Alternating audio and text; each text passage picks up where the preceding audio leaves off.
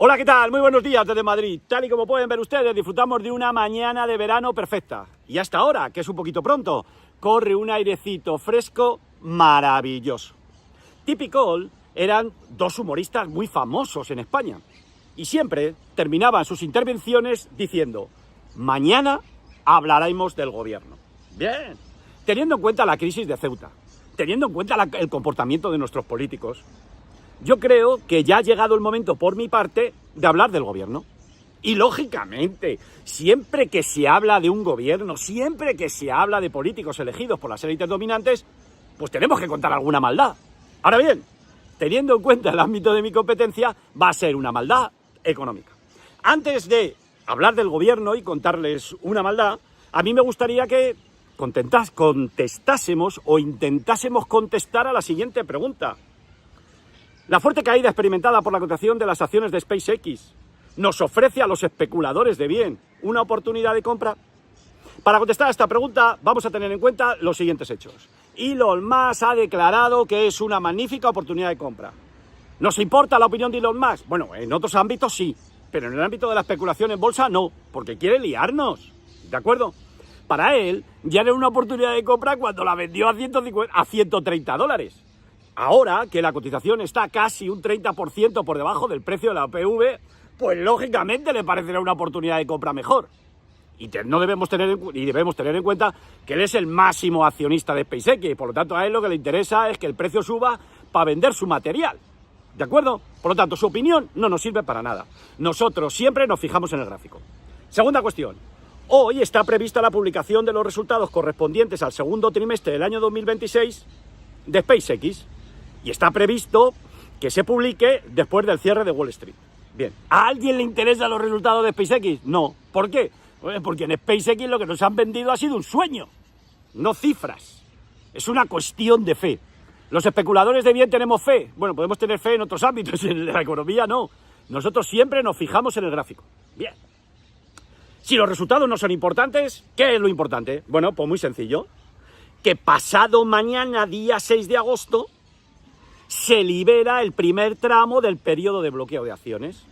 ¿Esto qué significa en román paladino? Que el capital flotante de SpaceX se va a duplicar. ¿Qué es el capital flotante? Muy sencillo. El capital flotante son las acciones que podemos comprar, que podemos negociar sobre ellas en los mercados financieros y que no están siendo poseídas, que no son poseídas por los accionistas estables que ejercen el control de SpaceX. Pues bien, el capital flotante se va a duplicar. ¿Cómo puede afectar esto a la cotización? Bien, de entrada, una cosa es una noticia, una cosa es un hecho. Lo que tenemos que hacer una vez que conocemos el hecho es si ya ha sido descontado por los mercados. Esta noticia no es nueva. Esta noticia se sabía desde que se publicó el folleto de colocación de las acciones de SpaceX. Bien. ¿Qué nos dice el mercado? Bueno, si les parece bien, nos vamos a fijar en primer lugar en el sentimiento de los participantes. Ahora mismo el sentimiento hacia las acciones de SpaceX, después de haber caído un 30% por debajo del precio de la OPV, el sentimiento es claramente bajista. Y la gente, lógicamente, se burla de Elon Musk. Bien, bien. En segundo lugar, si nos fijamos en el gráfico, pueden ver ustedes que tras la perforación del soporte de la zona de los 150, las presiones bajistas se han acentuado. Y ven ustedes con qué fuerza ha caído la cotización y ven ustedes que la pendiente negativa es importante. Bien, entendido. Pero hay un hecho que me llama mucho la atención. Y es el siguiente. Prácticamente el 33% de las acciones que hay ahora mismo en circulación está vendido en posiciones cortas. Es decir, que del nuevo capital flotante que afluya, que va a ser igual al que ya estaba en circulación, ¿de acuerdo? El 33% ya está vendido. Ya han abierto posiciones cortas. ¿Esto qué significa? Pues que muchas personas que no podían vender en los mercados de contado las acciones de SpaceX, lo han vendido en los mercados a plazo, ya lo han vendido en los mercados de futuros.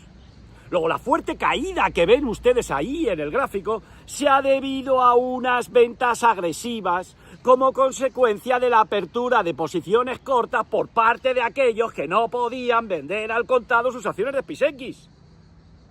Por lo tanto, mucho de este papel que va a fluir al mercado ya está vendido. Y en el momento que puedan ya disponer de ello, que será el 6 de agosto, aplicarán gran parte de este papel a la cancelación de posiciones cortas. Y por lo tanto el volumen de posiciones cortas, la agresividad en la venta de posiciones cortas, disminuirá. Bien, bien. Bueno, ¿y qué nos dice el gráfico? Porque todo esto son divinas palabras. Todos estos son interpretaciones mías. A mí me gustaría que ustedes se fijasen en el canal bajista y concretamente en la recta directriz bajista que les hemos dibujado en el gráfico de la cotización de SpaceX, que es un gráfico de 4 horas. Tal y como pueden ver ustedes, observarán que hemos trazado una recta directriz bajista que pasa por los máximos del 6 de julio y el 21 de julio de 2026. ¿De acuerdo? Y si se fijan ustedes en el gráfico, verán que esa recta ha sido superada. Lo ven ustedes ahí, ¿no? Y ven ustedes que tras ser superada, ha vuelto a ser comprobada. Se lo hemos marcado ahí con una flechita roja a la izquierda del gráfico. Tras ser comprobada, rebotó y volvió a caer. Pero en el segundo movimiento a la baja, tal y como les hemos marcado con una flechita roja a la derecha un poquito más larga, no tocó la recta directriz bajista. Esto, en nuestra opinión, es un signo de que la debilidad está remitiendo y por lo tanto es probable que se produzca un rebote a corto plazo. Bien, vale, ya estamos situados. Ahora, si les parece bien, nos vamos a fijar en el perfil de volumen. Habitualmente vemos el volumen que se negocia cada día. En mi opinión, como ya les he dicho en vídeos anteriores, me interesa más el volumen que se negocia a cada precio. Tal y como pueden ver ustedes en este gráfico, en la derecha le hemos puesto el perfil de volumen, es decir, el volumen que se negocia a cada precio. Y ven ustedes, que se lo hemos representado ahí con un cuadrito de color verde, ven ustedes que ha habido descargas, que ha habido un gran volumen de negociación entre el tramo comprendido entre 118 y 105. Bien, bien. O sea, estamos viendo que tras haber sido superada la recta directriz bajista, en la segunda vez que ha sido probada, no la ha tocado. Y estamos viendo que en esa zona entre 118 y 105 ha habido un gran volumen de negociación. Es decir, ha habido un fuerte volumen de ventas y hay gente que ha comprado a ese precio. Bien. La conclusión a la que llegamos es fuerte sentimiento bajista, en una tendencia bajista y en la que estamos viendo que la debilidad está remitiendo. ¿Podemos obtener alguna información adicional? Pues sí. Vayamos al gráfico. Tal y como pueden ver ustedes en el gráfico, observarán que el pasado 28 de julio de 2026 hizo un nivel, llegó al nivel 107. Lo ven ustedes ahí, ¿no? Se lo hemos marcado con una flecha. Pero lo más importante es que cuando el 3 de agosto volvió al 107, lo perforó y rápidamente lo recuperó. Luego, esto es una señal de que podemos estar ante un escape falso a la baja. Importante. Escape falso a la baja, tendencia bajista, fuertes volúmenes de negociación. Esta es la huella que dejan las instituciones cuando compran. Efectivamente. Les recomiendo que vean el vídeo de ayer, en el que explicamos la misma figura, pero en una tendencia alcista en la relación dólar-yen. Por favor, mírenlo, porque lo que estamos viendo aquí es el inverso de lo que vimos en el vídeo de ayer. Sigamos.